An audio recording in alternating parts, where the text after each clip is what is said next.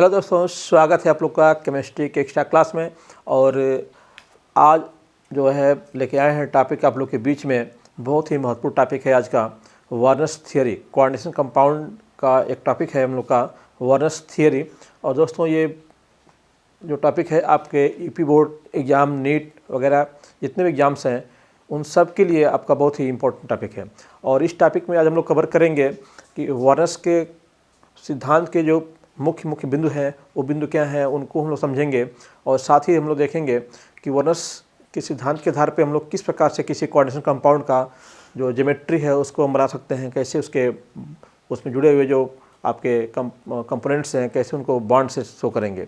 और साथ ही साथ हम लोग उसमें ये भी देखने की कोशिश करेंगे कि आपका जो कंपाउंड्स हैं उनकी चालकताएँ किस प्रकार से हैं। ठीक है दोस्तों, तो ये कई पॉइंट्स, इंपॉर्टेंट पॉइंट्स आज कवर करने वाले हम लोग आज के क्लास में। तो शुरू करते हैं वर्नर्स थियरी। अल्फ्रेड वर्नर उनका पूरा नाम था।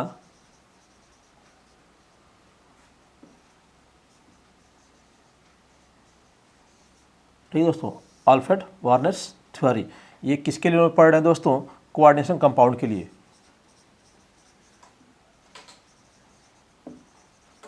कोऑर्डिनेशन कंपाउंड के लिए हम लोग पढ़ रहे हैं दोस्तों।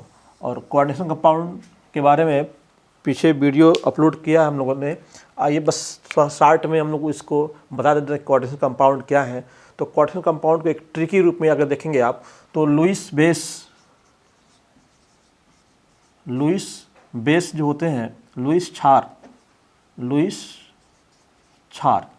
क्षार और आपके जो लुईस अम्ल है, लुईस क्षार और लुईस अम्ल दोस्तों, लुईस क्षार और लुईस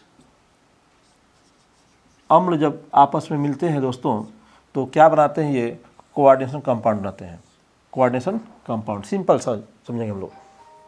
ठीक दोस्तों, तो ये कोऑर्डिनेशन कंपाउंड है। कोऑर्डिनेशन कंपाउंड को रिप्रेजेंट करने का तरीका भी आपने देखा था कि कोऑर्डिनेशन कंपाउंड जो है उनको शो करने के लिए हम लोगों ने एक ये बड़ा बॉक्स बनाया था।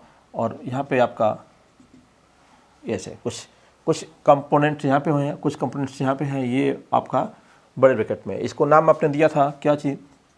उपसह संयोजन मंडल, उपसह संयोजन मंडल। और यहाँ पे जो था आपने इसको कहा था आयनिक मंडल। आयनिक मंडल या इसी को बाह्य मंडल भी कहते हैं हम लोग, बाह्य मंडल। ये भी चीज़ आपको ही है, आयनिक मंडल,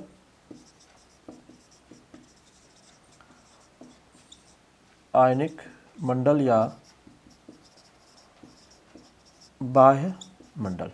ठीक दोस्तों, तो कोऑर्डिनेशन कंपाउंड का एक जो सिंपल सा स्ट्रक्चर यही है दोस्तों। इसमें आपका ये आपका सेंट्रल मेटल यहाँ पे हो जाएगा आपका, और उसके साथ कुछ अदर कंपोनेंट्स हो जाएंगे और समूह होंगे जो उससे जुड़े होंगे, और यहाँ पर भी कुछ समूह आपके होंगे जो उससे जुड़े होंगे। तो ये मैंने इसको बस कोऑर्डिनेशन कंपाउंड का इंट्रोडक्शन दिया आपको। ठीक है, आइए हम लोग शुरू करते हैं वर्नर्स थियरी को। वर्नर्स थियरी के बारे में हम लोग थोड़ा सा छोटी सी बात करेंगे। वर्नर्स जी ने सबसे पहले क्या किया कि जो आपका कोबाल्ट क्लोराइड और जो अमोनिया के कंपाउंड्स थे, कोबाल्ट क्लोराइड और अमोनिया के कंपाउंड्स थे, उनका क्या किया कि AgNO3 से रिएक्शन कराया और देखा कि उसमें कितने मोल AgCl बन रहे हैं। तो उन्होंने देखा कि अलग अलग आपका जो कोबाल्ट क्लोराइड और अमोनिया के जो कंपाउंड्स उन्होंने फॉर्म किए, उसमें देखा कि जब AgNO3 से क्रिया कराया तो उसमें AgCl के अलग अलग मात्राएं प्राप्त हो रही थी उन लोग को। ठीक है, कुछ कंपाउंड्स में उनको जो AgCl की मात्रा थी, कुछ कंपाउंड्स में AgCl की जो मात्रा थी उनको 3 मोल के मिल रही थी, कहीं 2 मोल मिल रही थी, है ना, कहीं पे क्या है 1 मोल मिल रही थी, और कहीं क्या है कोई भी मोल उनको प्राप्त नहीं हो रहा था। ठीक है दोस्तों, तो ये जो कोबाल्ट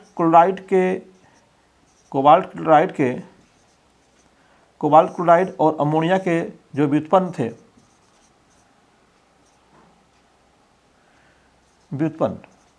इनका रिएक्शन किससे कराया उन्होंने?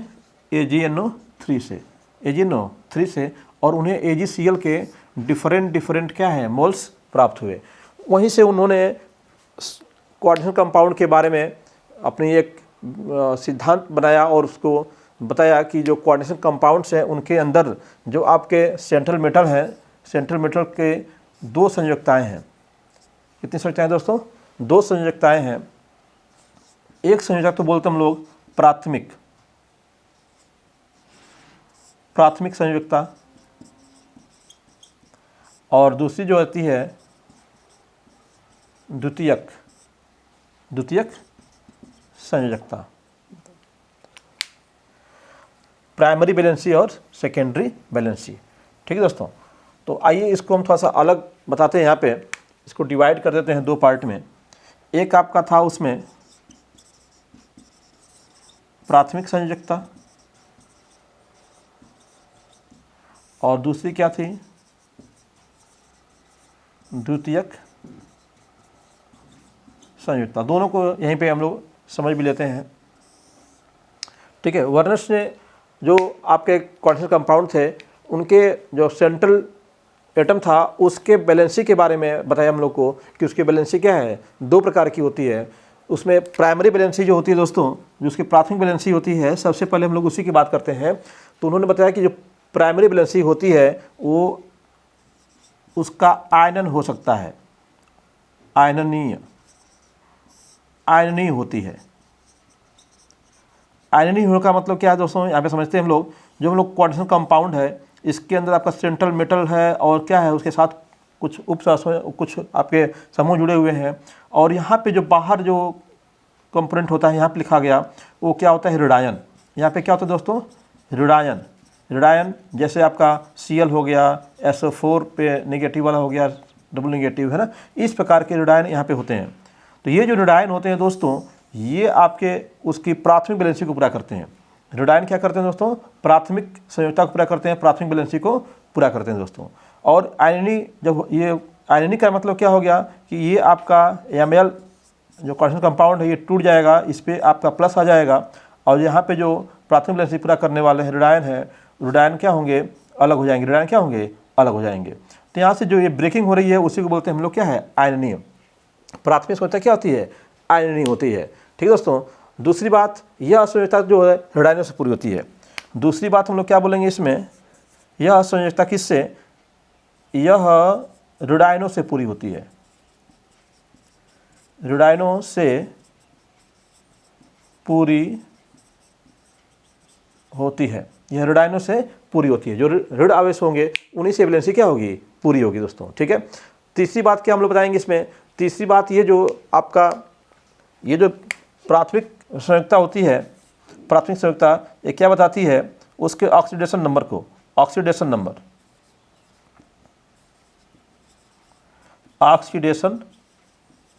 नंबर को बताती है।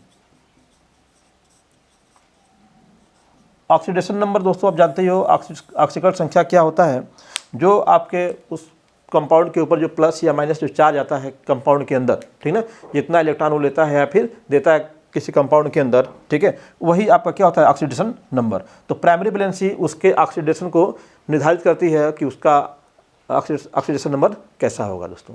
ठीक है, और आपका जो अगला पॉइंट हम लोग बनाएंगे, चौथा पॉइंट बन जाएगा हम लोग का दोस्तों, कि जो आपका कंपाउंड है, ठीक है, उसका जो कंपाउंड है उसके ज्योमेट्री में प्राथमिक बैलेंसी का कोई योगदान नहीं होता है, क्योंकि वो दिशात्मक नहीं होती है। कैसी होती है? अदिशात्मक होती है। ठीक दोस्तों, तो चौथा पॉइंट सीधे बन जाएगा यहीं पे कि यह संयोजकता क्या होती है? अदिशात्मक होती है, अदिशात्मक होती है। अदिशात्मक होने के कारण जो है, अदिशात्मक होने के कारण इसका उसके ज्योमेट्री में कोई योगदान नहीं होता है, उसके ज्यामिति में कोई योगदान नहीं है, ज्यामिति में कोई योगदान नहीं है, ज्यामिति में कोई योगदान नहीं है। ठीक दोस्तों, ज्यामिति में कोई योगदान नहीं है। ठीक है, और लास्ट पॉइंट जो है, पांचवा पॉइंट इसमें बना देंगे हम लोग, जो प्राइमरी बैलेंसी है उसको दिखाने के लिए हम लोग क्या करते हैं? एक डॉटेड लाइन का यूज करते हैं। डॉटेड लाइन का जब ज्योमेट्री बनाएंगे तो प्राइमरी बैलेंसी को डॉटेड लाइन से शो करेंगे, डॉटेड लाइन से शो करेंगे। डॉटेड लाइन से दिखाते हैं। ठीक है दोस्तों, तो प्राइमरी वैलेंसी को फिर से एक बार देख लेते हैं। प्राथमिक जो संयोजकता उसकी है, यह कैसी होती है, आयनीय होती है। जैसे इसको जल में घोलेंगे, है ना, कंपाउंड को जैसे जल में घोला जाएगा, पानी में घोलेंगे, इस क्या हो जाएगा, अपने आयनों में टूट जाएगा, नेगेटिव और पॉजिटिव, पॉजिटिव और नेगेटिव क्या होगा, टूट जाएगा। यह किससे पूरा होती है, रेडायनों से। रेडायन समझ ही रहे हैं दोस्तों, रेडायन कौन है, जैसे क्लोराइड आयन है, सल्फेट आयन है, ये सब क्या है, रेडायन है। ऑक्सीडेशन नंबर बताती है कि कितना आपका जो सेंट्रल मेटल है वो कितना आपका इलेक्ट्रॉन निकाला है, रिलीज किया है, उसके बारे में। और दिशात्मक मतलब कि इसका ज्योमेट्री में कोई योगदान नहीं होता है। क्यों नहीं होता दोस्तों, ये क्योंकि ये क्या होता है, आयनित जाती है। आयनित होने के कारण, आयनित होने के कारण, आयनित होने के कारण इसका ज्योमेट्री में कोई योगदान नहीं होता है। ठीक है दोस्तों, इसीलिए इसको क्या है, डॉटेड बॉन्ड से दिखाते हैं। अगर बात करें हम लोग द्वितीयक वैलेंसी की, तो सबसे पहली बात इसी के अकॉर्डिंग करेंगे। अगर प्राथमिक वैलेंसी क्या है, आयनीय है, तो आपका जो सेकेंडरी वैलेंसी है अआयनीय हो जाएगा, अआयनीय। ठीक है, नॉन आयनेबल, नॉन अनजेबल, इसमें इसका आयरन नहीं होता दोस्तों। ठीक है, इसमें आयन नहीं बनते हैं। जैसे आपका ये जो आपका पार्ट है, ठीक है, इस पार्ट का आयनन नहीं होता, इस पे जो आपका प्लस या माइनस जो भी आया हुआ है, इस पार्ट का आयनन नहीं होता है, आयनन नहीं होता है, आयनन नहीं होता है। ठीक ना, इसका आयनन नहीं होता है। ठीक दोस्तों, ये आपका जो बाहर है ये प्राथमिक वैलेंसी को शो कर रहा है। यहाँ पे देखिए दोस्तों, ये जो पार्ट है, ठीक है दोस्तों, ये वाला जो पार्ट हम लोग का है, ये वाला जो पार्ट है, ठीक है, ये क्या दिखाता है, प्राथमिक वैलेंसी को, प्राथमिक संयोजकता। ठीक है, और यहाँ पे जो पार्ट है, ये वाला जो पार्ट है, ये पार्ट, ये दिखाता है किसको, द्वितीयक वैलेंसी को। ये द्वितीयक संयोजकता को पूरा करते हैं, द्वितीयक संयोजकता को पूरा करते हैं दोस्तों। ठीक है दोस्तों, तो पहला पॉइंट क्या हो गया, आयनीय अगर प्राथमिक है तो द्वितीयक क्या है, अआयनीय है। ठीक है, और उसके बाद जो आपका ये जो पूरा होता है, ये रेडायनों से पूरी होती है। ठीक है, रेडायनों से पूरी होती है, इसका आयनन नहीं होता है, यानी कि ये आपका बॉन्ड, इसमें का जो कोऑर्डिनेशन कंपाउंड का जो कोऑर्डिनेशन स्फीयर है वो अलग नहीं होता है। ठीक है दोस्तों, और दूसरा पॉइंट लिखे हम लोग इसमें, जैसे इसमें क्या है, ये रेडायनों से पूरी होती है, लेकिन हम लोग का जो द्वितीयक वैलेंसी है वो रेडायन, धनायन या किसी भी समूह से पूरी सकती है। ठीक है, ये रेडायन से भी पूरी सकती है ना, धनायन भी हो सकता है, रेडायन भी हो सकता है, और उदासीन अणु या समूह, उदासीन अणु या समूह हो सकते हैं, उदासीन अणु या समूह हो सकते हैं। ठीक है, इन्हीं को हम लोग बोलते हैं लिगेंड। क्या बोलते हैं दोस्तों, लिगेंड बोलते हैं इनको। क्या बोलेंगे, लिगेंड बोलते हैं, लिगेंड बोलते हैं। ठीक है दोस्तों, इन्हीं को हम लोग बोलते हैं लिगेंड, लिगेंड। ठीक है, लिगेंड क्या है दोस्तों, यही लिगेंड आपके लुईस क्षार है, लुईस क्षार जो इलेक्ट्रॉन युग्म दाता, लुईस क्षार, इलेक्ट्रॉन युग्म दाता होते हैं, इलेक्ट्रॉन युग्म दाता। जो इलेक्ट्रॉन युग्म दाता होते हैं दोस्तों, वही क्या करते हैं आपके, वो कैसे हो सकते हैं, धनायन हो सकते हैं, रेडायन हो सकते हैं, उदासीन अणु या समूह हो सकते हैं। ठीक है, इलेक्ट्रॉन युग्म दाता काम करते हैं। और इसी में जोड़ देता हूं मैं, ये सेंट्रल मेटल से, केंद्रीय परमाणु से, केंद्रीय परमाणु से सीधे जुड़े होते हैं, सीधे जुड़े होते हैं, सीधे जुड़े होते हैं। सेकेंड पॉइंट हो गया हम लोग का, ये रेडायन से पूरी होती है। रेडायन कौन से आपके हो गए दोस्तों, क्लोराइड आयन हो गए, सल्फेट आयन हो गए। इसमें क्या है आपका द्वितीयक में क्या हो गया, धनायन, रेडायन, उदासीन अणु या समूह हो सकते हैं, और केंद्रीय धातु पार्टनर सीधे जुड़े होते हैं। ये कौन होते हैं, लुईस क्षार या लुईस क्षार होते हैं, और इन्हें क्या बोलते हैं, लिगेंड बोलते हैं। लुईस क्षार कहें या लिगेंड कहें, इलेक्ट्रॉन युग्म दाता भी इन्हीं को हम लोग कहते हैं। ठीक है, तीसरे पॉइंट की बात करें हम लोग, तीसरा पॉइंट, जैसे इसमें क्या है, ऑक्सीडेशन नंबर को बताती है, प्राइमरी वैलेंसी ऑक्सीडेशन नंबर बताती है, तो जो आपकी जो द्वितीयक वैलेंसी है वह उसके कोऑर्डिनेशन नंबर बताती है। द्वितीयक वैलेंसी किसको बताती है, कोऑर्डिनेशन, कोऑर्डिनेशन नंबर, इसी को बोलते हैं उपसह संयोजन संख्या, उपसह संयोजन संख्या, उपसह संयोजन संख्या को बताती है। जो आपकी द्वितीय वैलेंसी है वो कोऑर्डिनेशन नंबर या उपसह संयोजन संख्या को बताती है दोस्तों, ठीक है। चौथा पॉइंट दोस्तों, ये क्या है, दिशात्मक होती है। क्या होती है, दिशात्मक होती है, दिशात्मक होती है, जिसके कारण ये ज्यामिति निर्धारण में भाग लेती है। ज्यामिति में क्या है, ज्यामिति निर्धारण में, ज्यामिति में भाग लेती है, ज्यामिति में भाग लेती है, ज्यामिति में भाग लेती है, ठीक है दोस्तों। लास्ट पांचवा पॉइंट क्या कहेंगे इसका, पांचवा पॉइंट जो है दोस्तों, पांचवा पॉइंट यहाँ पे दिखा देते हैं हम आपको। इसका पांचवा पॉइंट यहाँ पे, चलो ये देख लो, ये आपका पांचवा पॉइंट हो गया उसका। सेकेंडरी वैलेंसी का पांचवा पॉइंट क्या हो जाएगा दोस्तों, ये आपका, इसको बस सीधी लाइन से दिखाते हैं। किससे, सीधी रेखा से, हार्ड लाइन बोलते हैं इसको। क्या बोलते हैं, हार्ड लाइन, हार्ड लाइन से दिखाते हैं, सीधी रेखा से दिखाते हैं इसको।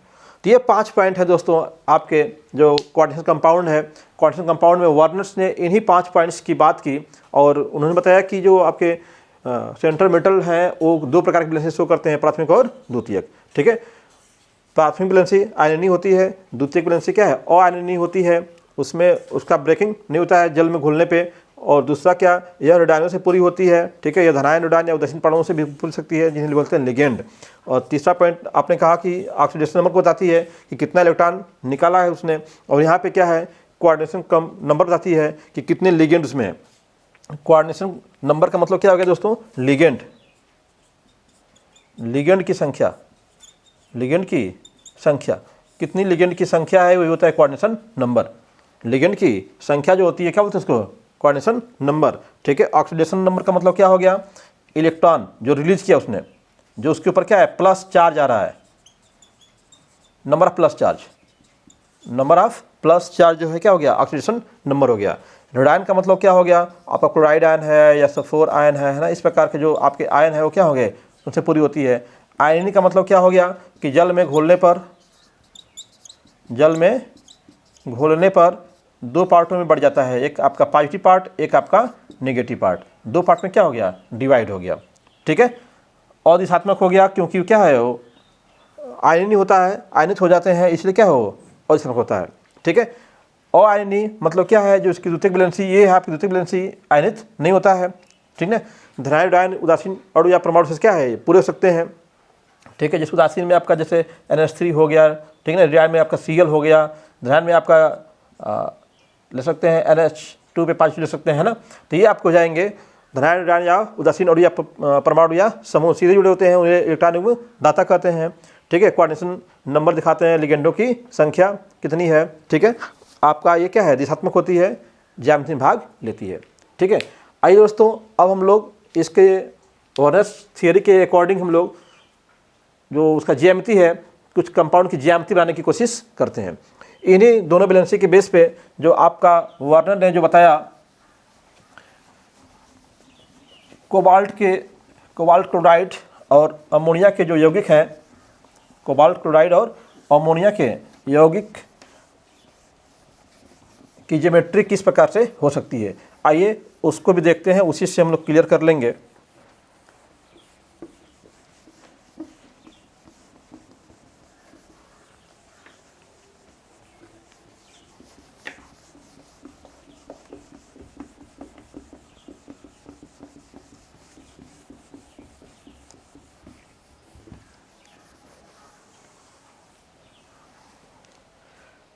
आइए दोस्तों देखते हैं वार्नर ने क्या बताया। वार्नर ने कहा कि अगर हमारा जो कोबाल्ट क्लोराइड है, ठीक है, वो आपका जब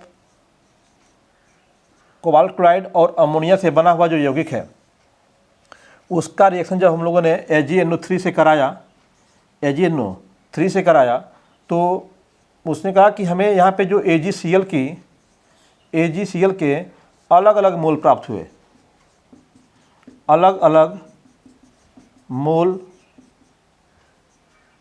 प्राप्त हुए, अलग अलग मोल प्राप्त हुए। इसका मतलब दोस्तों कि आपका जो इसकी जो बैलेंसी है, इसका जो स्ट्रक्चर है कंपोनेंट से, वो क्या है, डिफरेंट टाइप का है। देखिए इसको समझाने के लिए मान लीजिए कि मैं इसे ले लेता हूँ, ये आपका कोबाल्ट हो गया, इसको ऐसे लीजिए COCl3 6NH3 हो गया दोस्तों, 6NH3 हो गया। अभी देखिए दोस्तों यहाँ पे क्या हो गया, कोबाल्ट Cl3 और यहाँ पे मैंने क्या किया 5 ले लिया ठीक है दोस्तों, 5NH3 सॉरी 5 अमोनिया ले लिया यहाँ पे दोस्तों आपका कोबाल्ट है Cl3 और 4NH3 हो गया, 4NH3 हो गया। ठीक है दोस्तों, अभी एक और ले सकते हैं, कोबाल्ट हो गया Cl3, कोबाल्ट Cl3 एंड यहाँ पे आप ले लीजिए 3NH3, 3NH3। ठीक है दोस्तों, अभी इसके बाद अगर 2 करेंगे तो देख लेंगे उसको बाद में। अभी यहाँ पे समझ लीजिए, यहाँ पे क्या है, अगर हम बात करते हैं इसमें इसके ज्यामिति की बात करते हैं तो यहाँ पे आपका ये आपका कोबाल्ट हो गया। कोबाल्ट कितने 6 अमोनिया से जुड़ा हुआ है, तो इसका ये अमोनिया क्या है, उदासीन परमाणु है। जो अभी पढ़ा हम लोगों ने बैलेंसी के बारे में, तो जो उदासीन परमाणु होंगे वो उसके द्वितीयक बैलेंसी को पूरा करेंगे, वो उसके द्वितीयक बैलेंसी को पूरा करेंगे। यानी कि आपके ये 4, 5 और ये 6 बैलेंसी इसकी हो गई। तो 6 अमोनिया है, तो एक अमोनिया यहाँ पे आ गया NH3, एक अमोनिया आपका यहाँ पे आ गया, एक अमोनिया क्या है यहाँ पे आ गया, एक अमोनिया आपका यहाँ है एमोनिया। ठीक है दोस्तों, अब इसका भी अगर बना लें हम लोग, ध्यान दीजिएगा, कोबाल्ट हो गया, 5 अमोनिया हो गई, पर 6 बैलेंसी तो होगी इसकी। ठीक है, 6 हो गया। आपका एक अमोनिया NH3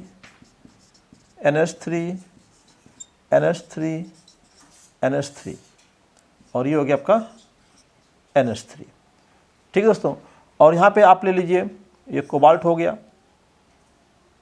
ठीक है, कोबाल्ट, और यहाँ पे 6 बनाइए पहले बैलेंसी इसकी। यहाँ पे आपका कितना है, 4 है ना, तो NH3 हो गया, NH3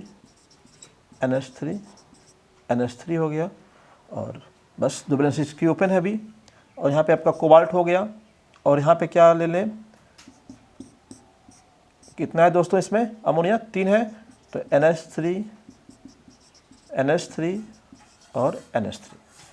ठीक दोस्तों, अब देखिए दोस्तों, यहाँ पे इसकी 6 बैलेंसी किससे, अमोनिया से पूरी हो रही है, 3 बैलेंसी क्या हो रही है, खाली हो रही है। तो क्लोराइड आयन कैसा है, नेगेटिव आयन है, जाहिर सी बात, ये क्या करेगा, प्राइमरी बैलेंसी को पूरा करेगा। ये किसको पूरा करेगा, प्राथमिक बैलेंसी को। ये किसको पूरा कर रहा है, आपका द्वितीय बैलेंसी को पूरा कर रहा है। तो यहाँ पे आपका जो आपकी प्राइमरी बैलेंसी, इसको डॉटेड दिखा दे, यहाँ पे डॉटेड दिखा दिया, तो एक क्लोरीन यहाँ पे, एक क्लोरीन यहाँ पे, एक क्लोरीन यहाँ लगा देता हूँ मैं, ये क्लोरीन हो गया आपका। 3 बैलेंसी क्या होगी इसकी, पूरी हो गई। ठीक है दोस्तों, अभी इसकी बात करें हम लोग, तो इसमें क्या हो रहा है दोस्तों, इसमें क्या है, आपका एक बैलेंसी खाली है, तो आपका एक बैलेंसी जो आपकी सेकेंडरी बैलेंसी है उसको पूरा करने के लिए क्या है, सीधे क्लोरीन आ जाएगा। ठीक है, एक बैलेंसी को पूरा करने के लिए क्या आ गया, क्लोरीन आ गया। ठीक है, बाकी कितने क्लोरीन बचे, 2, तो ये दोनों क्लोरीन क्या है, इसके सेकेंडरी बैलेंसी को पूरा करते हैं, इसके सेकेंडरी बैलेंसी को पूरा करते हैं। लेकिन क्लोरीन कैसा हम लोग का है, नेगेटिव आयन है, यानी कि वो प्राइमरी बैलेंसी को भी पूरा कर रहा है और सेकेंडरी बैलेंसी को भी पूरा कर रहा है। ठीक है, इसी प्रकार से इसमें आ जाए दोस्तों, तो यहाँ पे आपकी 2 बैलेंसी खाली है। ठीक है, तो आपका 3 क्लोरीन में से एक क्लोरीन यहाँ पे, एक क्लोरीन यहाँ पे, और एक क्लोरीन क्या यहाँ पे, डॉटेड लाइन से। ठीक है, डॉटेड लाइन से पूरा कर रहा है। ठीक है, प्राइमरी बैलेंसी को उसको, ठीक है, प्राइमरी बैलेंसी को पूरा कर रहा है वो।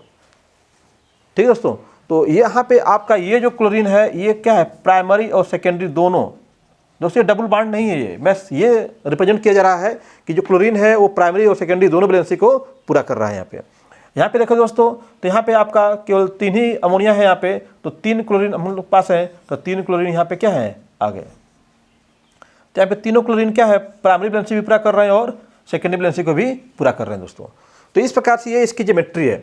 इसीलिए दोस्तों जब इसका रिएक्शन वर्णन लेकर आया किससे, AgNO3 से जब इसका रिएक्शन कराया तो यहाँ पे 3 क्लोरीन क्या है प्राइमरी वैलेंसी के रूप में थे, और तीनों जो है Ag के साथ क्रिया करके क्या है 3 मोल्स ऑफ AgCl दिए।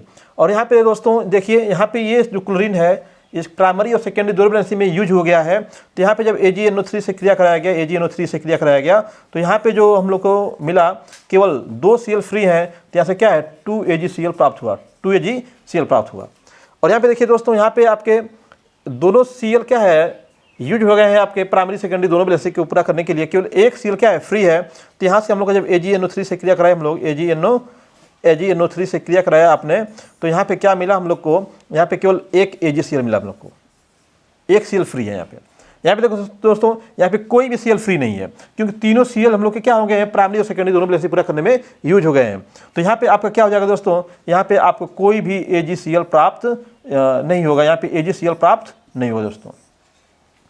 ठीक है दोस्तों, तो इस प्रकार से आप देख लिए कि क्या यहाँ पे इसका ज्योमेट्री है और किस प्रकार से है।